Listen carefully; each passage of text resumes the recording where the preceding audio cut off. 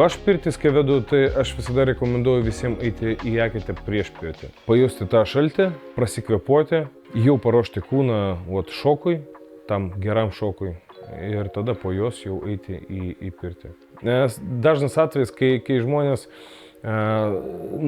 nedašyla arba paskui šlapi išeina į lauką, per ilgai prabūna, šoka į pirtį, būna visokie po to uždegimai, po to visokios komplikacijos ir taip toliau.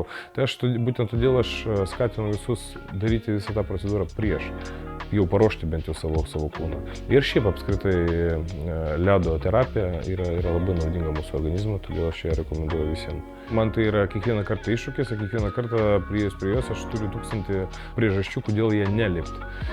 Bet būtent todėl aš jie lipu, man tai yra labiau nesveikatingumo procedūra, kiek psichologinė kova su savim, nugalėti save baimės, savo tokius silpnybės, įlipti į ją, prasikvėpuoti ir kiekvieną kartą išlipęs iš jos, supranti, kodėl tu buvai joje.